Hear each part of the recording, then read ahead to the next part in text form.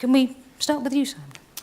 So for me, much of our work is around crowd dynamics and sort of planning and designing stadium for safety. And lots of our work is outside the stadium. So the architects today have, with green guidance and other techniques and knowledge, know how to design a stadium pretty well. But those stadiums are plonked down in an urban context, and which means that the urban context hasn't been designed for those stadia and the issues that it faces. In addition, today we're also dealing with operational issues about who manages people outside those stadiums, and those were touched on in the last session, who's responsible and who's got authority and who has influence. So understanding who manages people all the way along their journey to the stadium, I think, is a very current issue, and I see that as a big one today. And has been discussed, I'm sure will be discussed more in future. Katrien, from Charlton Athletics' point of view. Yes, for the moment, health and safety is very high on our agenda and a top priority in the organization, because what we basically saw is that we're switched on match days, and it's in people's mind that safety is very important on match days, but also on non-match days. We hold lots of conferences like this, and our staff isn't just not aware of their responsibility. So what we're currently doing is training all of our staff in first aid training, extra fire marshal training, and really making them aware that they need to report every, for instance, near misses and accidents. And it's really not in our culture. We have a safety officer, we have somebody who's responsible for safety during match days, and we just have it in our mind that it's only those persons' responsibility. So now we're really making all our heads of departments responsible for safety as well on match days, but also on non-match days. So that's a key focus for the moment for the business. Two very important points that are not necessarily just sports ground specific. One, health and safety is everybody's responsibility, and it doesn't just start and finish on match days. And for all of us to be cognizant of that. Peter. Yeah, I think one of the problems that we face with safety in sports grounds now is just the multiplicity of voices involved. So there are a huge range of people who have an interest in football now, from local councils to police to the clubs themselves to supporters. And I guess we all have different agendas, we have different pressures, we have different expected outcomes, we want different things out of the day. And historically, I think it's fair to say we haven't always been very good at listening to each other and empathising about what each of us wants. And I think that's getting a lot better. And events like today really help that, getting a lot of people in one room together and actually looking at the diversity of speakers today, some of the subjects that have been discussed, from pyros to things like standing that I care about. It's, things like that start to break down some of the barriers and start to help people understand what other people are actually looking for in these events.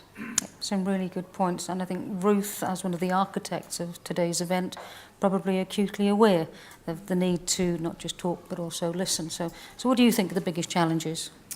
I suspect that for all of us there's a real challenge around resources at the moment. So we're a small organisation, just 15 people working across the country, but each of you is probably facing financial pressures, resources. We know local authorities have been through a round of cuts. That's meant shrinking the number of people doing safety at sports grounds functions, but it's also meant there's been a really I suppose a loss of some expertise in some cases, and people maybe have more and more piled onto the day job. So how do they find the time for days like today, for professional development, to keep on top of all of that? Clubs as well face financial pressures, venues across sports. So how do you get that balance between the commercial pressures, needing to drive revenue, with needing to ensure safe events, and also other partners? Police, for example, we see the pressures on their resources, which are having a knock-on for some of those conversations about who is responsible outside the ground, so on the way to transport hubs. I think everyone's feeling, the times are tight and trying to manage with what they've got, but resource challenges now and in the future is a really big issue for us all. Good point. And Joyce? I'd like to sort of address it in a slightly different way, because we're talking about safety, but we've talked all day long about customer experience and leading to a safer environment. And of course, I'm here representing disabled sports fans, in particular Level Playing Field in the UK and CAFE more widely in Europe and globally. But all of us can just take 2 seconds to reflect that without spectators, none of us would even be here today. I mean, that's the brutal reality of it. All of our sports are driven by the revenue raised by our customers, which are effectively fans like you and I. And we've talked about having inclusive experiences and providing for that. We've touched a few times, I've heard in the sessions I've been in, I've heard a few references to disabled fans. I've not heard a massive amount of discussion beyond families about how we want to have a really inclusive match day experience. If we're going to do that, we have to make sure that we are really fit for purpose. And if we're going to have safe and welcoming environments, then we have to make sure disabled people, amongst others, are welcome on a match day. We can't do that unless our stadiums are properly accessible. And it really concerns me that more than 20 years on from the Football Task Force, first looking in the reaction of why you all came about, one of the things they highlighted was how poor the facilities were for disabled sports fans, in particular football fans. That really and truly, brutally, has not changed dramatically in that period. And I can tell you that categorically because we've looked very closely at the statistics. Of course, there are some clubs that have done a great job, but there are quite a few that brutally should hang their heads in shame. And I guess we've reached a crossroads. Most of you, or a lot of you in the room, know me personally and know our organisation. And I think most of you know us with fondness. But we're at a point we've got to step up. And I hear what you're saying about resources, but none of these sports are that poor. And it's about redirecting those resources. And we really have to do that. It's time. Okay, thank you all very much for that introduction. I'm going to ask you each a question, specific question, and as previously, I'm going to go to the floor, so if you have questions for the panellists, then please start thinking about those. So Pete, do you have any good examples of fans and authorities working together so that the event is safe, risk assessment is managed, the spectators also get the experience they're looking for? Yeah, I think one of the interesting themes that came out of today, particularly this morning's session, is the need for open and honest conversation, particularly where there are grey areas or where people's behaviours at particular football games, which is what I know about, football matches, don't necessarily match exactly the law. And I think there's some great examples of stewarding and safety officers and local authorities up and down the country who are managing problematic situations with regard to standing in a very practical and reasonable way. And it's not always easy to do because it's not always something that people can talk openly about. We already had the first mention of the S word this morning from Janet in her session this morning. And I completely take on board Joyce's comments about disabled fans. And actually, one of the biggest problems that we have from a standing campaign perspective is actually the people that don't want to stand. One of the problems we have at football, particularly with away fans, is whole end stand. And those people that don't want to stand, or perhaps can't stand, get stuck behind other people who are standing and get to watch a whole 90 minutes of somebody's shoulders, which isn't much fun for anybody. And I think there are numerous practical ways which clubs like Wayne spoke this morning from Cardiff. Some of the things that they've been doing with Professor Frosdick, who I know is in the room, looking at actually what people can and can't do and where the lines are between, what constitutes a singing section and how can you signal to fans where some things are acceptable and some things aren't, all within the bounds of the law so that local authorities are happy and know that football fans are being monitored based on risk and being properly taken care of. And there's some great examples of things like that happening week in, week out. Okay, thank you. Katrien, I'm going to drop you in it a little bit here. But with a general question, I'm going to ask you, has anything surprised you? Obviously you have experiences from Stade Liège, from Belgium, but has anything surprised you about UK customs and culture in football? Yes, I think the one what amazed me the most and a bit disappointing is the fact that you can have a beer while watching at the pitch and watching a football game. I think it's, I know why the rules have been put in place at the time, but like in our organization as well here at Charlton Athletic, we really try to empower people, give people responsibility, and I think the same should be done as well with fans. And I know it's also on the agenda with the Football League that they're going to try to challenge those laws as well for football grounds. Okay, so having a beer, which I think that has come up as an aside throughout the day, and I'm sure that will be hotly debated, but it will be interesting to see how, if anything changes, if there is any impact, or is it one of those elephants in the room that actually it doesn't need to be a major issue? We will see in future. Okay, Joyce, I'm going to come back to you, if that's all right, because we know there's been a great deal of attention paid to access. In fact, it's been described, provision for disabled supporters has been described as woeful, to the extent where we now have quite a lot of political support and attention for the issue. Noting that we're obviously not there yet, do you think progress has been made? Can you think of any good examples? And what specifically would you like to see in future? I wouldn't want to get into specifically talking about individual clubs. That wouldn't be appropriate, I don't think. And of course there are good examples. Whenever a new stadium is built, by and large, they really lead from the front. They have the luxury of designing from the roots up and making sure that their stadiums are inclusive. They don't always get it right, but that elephant in the room, and if I could have £1 for every time someone has said this to me, we probably wouldn't have a problem anymore, because I know what I'd invested in. But we must stop this can't-do attitude, this constant referral back to base camp that, well, if only we had a new stadium, Joyce, we'd do it all, and we can't because... And ironically, a lot of the persons that say that to me from the very stadiums that they are involved with operationally, managerially, or however, are stadiums that have been pretty well rebuilt from the inside out. Hospitality never seems to be an issue, quite frankly, and other aspects. And I think we have to look at ourselves as sports and say, what do we want to be seen to be? What do we actually represent? We talk about increasing our customer focus and being more customer driven, finding new ways to make revenue. You've got a whole untapped audience of disabled people who actually, the purple pound, it's actually quite a lot of money to be invested. So if you welcome people in, and I often say, don't forget, if you exclude me, I can assure you, my partner doesn't come, my family doesn't come, my mates don't come. So not only do you lose my business, you lose all theirs too. So I think we've got to turn it around. We've got to stop saying we can't, because when we put our minds to it, in 10 years, we made pretty well all the football stadiums in the professional game for whatever reason, or for the very right reasons at the time, but we made them all seated. And we did that like that. We invested and we did it because we had to. Sadly, nobody thought to put access right at the same time. So when we want to, we can do it. So I guess I keep coming back to that same old thing. Let's stop the old excuses. Let's be really creative. There's so many smart people in this game, in all the games. And let's learn from other areas. Look what happened at London 2012. For me, disabled fans really woke up during London 2012 because they suddenly realised what they'd been missing for so long and what they were entitled to.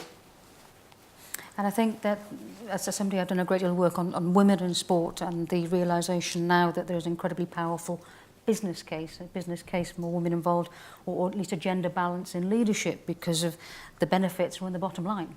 Better run businesses, but also the business case of money being brought in, commercial revenue, potential customers and so on.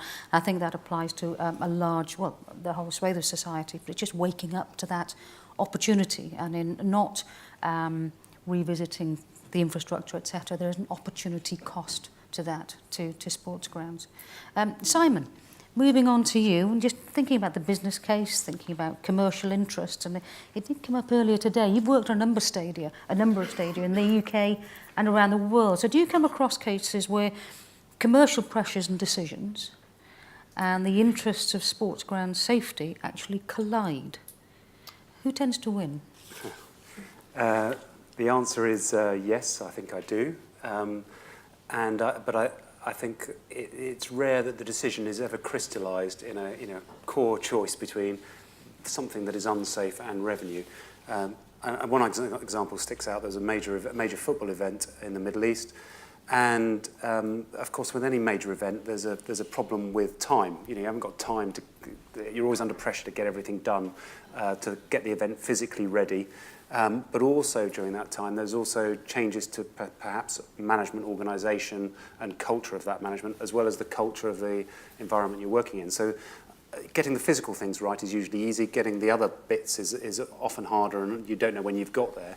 And what that means is that it is all a bit tense towards the event that hasn't happened before in that location.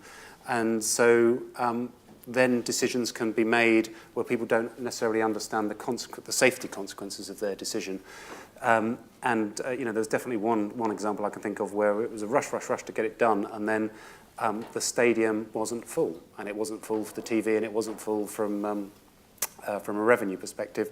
So the person in charge said, well, let's bus in 10,000 people without telling anybody who was managing the event, which created huge safety issues at the time.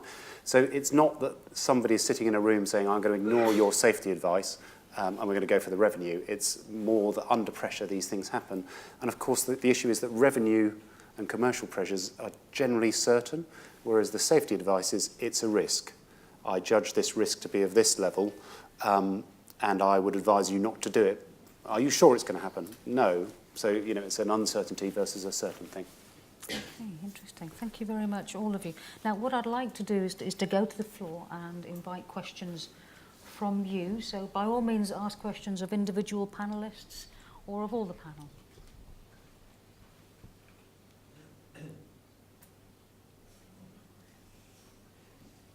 Any offers? No, I do have some more questions I can offer, but no. Okay, maybe just a little bit more thinking time, or maybe more coffee. I don't know. Okay, I'm going to come back to Ruth, in fact, because now that the independent future has been confirmed of SGSA, will the priorities for the organisation change? I mean, you may have touched on this earlier, but looking ahead, what is it you will be focusing on, even though you are a small organisation? I hope that what that certainty will allow us to do is be a bit more bold and ambitious in the future. So I think that for many years the organisation has done certain things very well. In recent years we've tried to be a bit braver in terms of the partners that we're working with or the conversations that we're having, try and be a bit more outward facing. But now that we haven't got to spend time convincing Parliament and others that we should remain independent, I hope we can put some of that energy into focusing on putting spectators at the heart of the experience, supporting organisations like Level Playing Field to make sure that is for every fan. And actually, when I touched on resources before, it absolutely shouldn't be an excuse not to do what's a legal duty. So I always take it as read that you should be having accessible football grounds, and the resource challenges are a layer on top of that. But so I think we could be bolder. My inspectorate will probably not thank me for saying we can do more, or because they're doing an amazing amount already. But there'll be new opportunities that could open up for us. Certainly the work we've done internationally, and we're still seeing there are tragedies and challenges overseas. The Greece Football League closing temporarily recently, Egypt, and the disaster that resulted in deaths just earlier this year. So I think there's more that we can do to share expertise from within this room and our organisation. And I really hope as well that the sports partnerships that we started, particularly with ECB, who are leading the charge on a lot of their work, I hope we can bring together all the sports partners, see what we can learn from each other. And I certainly think an action from today for us will be to try and facilitate that group across the sports and see how we can continue this conversation. So I hope we'll be bold and ambitious and keep working with all of you. And I'll mention at this point you should still be tweeting. Some of you may have been on camera, and there will be an opportunity to evaluate this event. There are forms on the tables, please use them, because this may be one of the best opportunities every year to have that discussion about priorities and impact. Another question from me to you, Pete, again. Now, I'm a spectator from time to time. I'm going to Twickenham this weekend, lucky me. I'll be honest, as a result of this conference, I will be acutely aware of my experience in respect of safety, security, and so on and so forth. Prior to today, I wouldn't even given it a second thought. So I'm going to ask you, obviously you're a representative, you're very well informed about this matter. For the average fan, how much do you think they actually think about safety and security? How much do you think they should be thinking about safety and security? I think if goobers like me turn up to the football match thinking about safety and security, all the people in this room aren't doing their job. And the very fact that we don't do it a lot probably suggests that these people are actually doing their job quite well. We go to football to have fun. Just like you go to Twickenham to have fun. As a Sunderland fan, it very rarely happens that we actually do have fun. But every now and then there is an outbreak, and we do manage to enjoy ourselves. Safety, a bit like resources for Ruth, safety is taken for granted for a lot of supporters. I have young kids who are just starting to get into football, and I desperately want to involve them in my experiences of football matches, and I don't even think that I could turn up to a game with them and they could in any way be injured, harmed, damaged, or you know, or hurt. And that's great, and it's great that I think that. Now, that doesn't mean we should be complacent, and we all have to continue to work hard to make sure that complacency doesn't set in. There's been some great discussions today, some great themes that have come out about, you know, involvement of lots of different voices in the safety argument. And I think the fact that supporters themselves are represented here on this panel in a couple of places and on the other panels today is in itself a huge step forward. And so actually you guys forcing people like me to think about safety as well works the other way, because communication's a two-way street. When I said before that we haven't always been great at listening to each other, I mean supporters as well as people inside the industry as well. So it's up to us to kind of go back and take some of these messages and broadcast them just as much as it is for you guys to listen to our perspective and take that on board with what you're thinking about. Okay, thank you. Another chance for the floor to ask questions. Ah, good man. Gentleman in the middle here. Do you want a microphone or can you project? Project, I'm sure. Okay. Do you think there's an opportunity for the Sports Ground Safety Authority to influence this debate around the safer standard and in particular the rail seating sort of thing that I think is a feature in the Bundesliga, and whether that's an opportunity to perhaps get us into a safer position than we are now with whole, you know, thousands of supporters standing in the end, which is probably less safe than you know, we've got sort of having a proper system in place for it. I think we've certainly got a role in that debate. Ultimately, it's a government policy decision. We're advisors to government, but what we're trying to do by speaking to safety officers, local authority, police, representatives, supporter groups, is understand what people's, you know, what people's concerns are, what people's desires are, how do you balance all that, and we'll always give independent advice to the government on those matters for them to make that decision. And what's quite interesting for me on the standing issue is when we go around and speak to fans or other groups, I would say 95% of people are pro-choice, but 5% or thereabouts kind of actually want to stand themselves, and that may be similar in this room. It might be different because of the backgrounds and experiences that you have. But I think it's important to keep it in perspective. This is a debate that's not going away. We've had, I think, increasingly constructive conversations, certainly with supporter groups over recent years. But ultimately, matter for government, and at the moment their view is that the all-seater arrangement is the best way to have safe, secure, enjoyable experiences. But that's not to say that they won't keep that under review. And Pete, you might want to add something at that point about kind of how you feel the debate is developing or our role. Yeah, I guess there's two things. There's legislation and what the law says, and there's what actually happens at football matches. And that's really difficult, and it's difficult for a lot of people. Poor old Ruth, you might see every now and then her ears bleeding from people like me haranguing her about safe standing. Every time Manchester United play at Sunderland, the local SAG gets hammered because of the problems that we've had in the past with persistent standing. And people in this room, I'm sure, are consistently asked to do things that they know are impossible. People are starting football matches knowing that they've got to make a group of people sit down who have no intention at all of sitting down, and actually the risks they bring to the game by trying to force people to do things they don't want to do and don't feel they need to do because they don't think it's unsafe probably outweigh the risks of people actually standing themselves. And it is a mature debate. It's one that we've kind of, the arguments are very well rehearsed. I think what's different now is previously the different sides to the debate were completely entrenched, and nobody was kind of giving any ground. I think now there's a greater emphasis on empathy, and people are understanding other perspectives. And the fact that it's kind of moved on in the practical arena definitely helps as well, because actually at the end of the day, if the law says one thing and something else is actually happening in football grounds, then you know it's up to the law then to catch up with what's happening. I know that that's my view, and it's not necessarily the view of other people on this panel. It's a tough one, but I certainly think that time will help, and certainly when we get past things like the Hillsborough inquest that are showing all sorts of reasons why we've had tragedies in the past, none of which happen to be about standing, I think we can have this debate anew. And the other thing to point out is technology's moved on, right? We're 25 years from Hillsborough. Policing, stewarding, technology, everything around football has improved massively, except the quality of Sunderland's playing staff, sadly. And that means actually it's a different debate now. Had we had safe standing areas according to the Green Guide at Hillsborough wouldn't have happened. Had we had the technological advances that we have now available to us, then you know, we would have been having a completely differently framed argument about this. And we needn't be constrained by the past. At some stage, somebody's going to have to draw a line under this, and I appreciate it'll take a very brave politician to do it.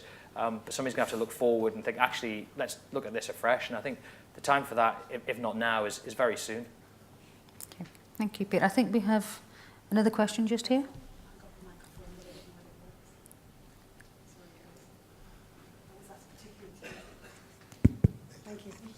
Yeah, my question's for Joyce. I know you've mentioned that it would be great if we all had accessible stadia. If there was one thing that you could pick that safety officers in all grounds could do to help, what would it be apart from the accessibility piece? What other thing can we do? I think immediately on match days, and it's a good point to actually say thank you, because I know a lot of you do this, but it's not uncommon for, in particular, football disabled fans to have to sit with the opposing fans. Believe you me, I've been a football fan all my life and I haven't been disabled all my life. It's a completely different experience and it's really very miserable. And I've personally been asked to remove my team colours, hide my scarf, not cheer goals and so on. But I think it's protecting those fans in those situations, because it might not escalate into something violent yet, although I think we've had some near misses. But it is a horrid experience, and often those fans are subjected to abuse. It might not be disability related, although we have seen those incidents, but it often is intimidation in the form of fans' rivalry and so on. And I don't blame the opposing fans, because they're there to be with their own fans. We shouldn't be in that position. So if you can continue to help in that regard, it's about good communication, but by and large I think most clubs are better at doing that. What we've really got to tackle is the infrastructure, and you know, when we talk about redeveloping our stadiums in other ways, perhaps introducing safe standing with the greatest respect, we better do access first, because it's so long overdue. We've waited such a long time. It should have been done from the outset. There's no excuse. We've only got to do it once, and then it's just organic. And when I look at football in particular and the collective wealth, there is just no excuse. I don't know anybody in this room that can look me in the eyes and give me a really honest excuse. There isn't one. Thank you. Okay, I'm just going to ask each panellist one last question. And it's a tough one. It's a tough one because you're only allowed to say one sentence.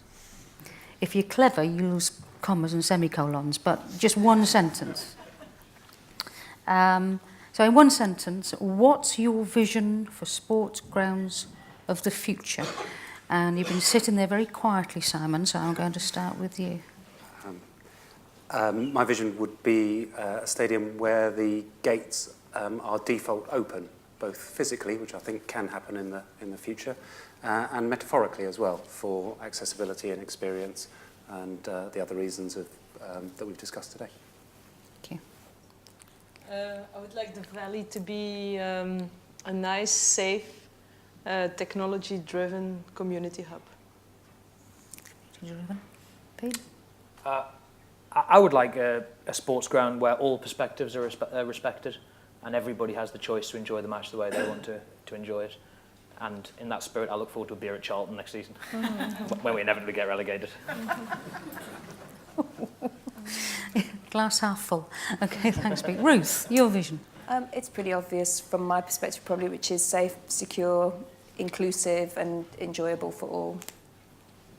And finally, Joyce? And for me, stadiums that are filled with the representatives of our communities, multicultural, diverse, exciting, vibrant, and just completely accessible, where you don't even have to think about, have they got a ramp, am I going to be able to see the game? It just naturally all happens. That's what I'd like to see. Okay.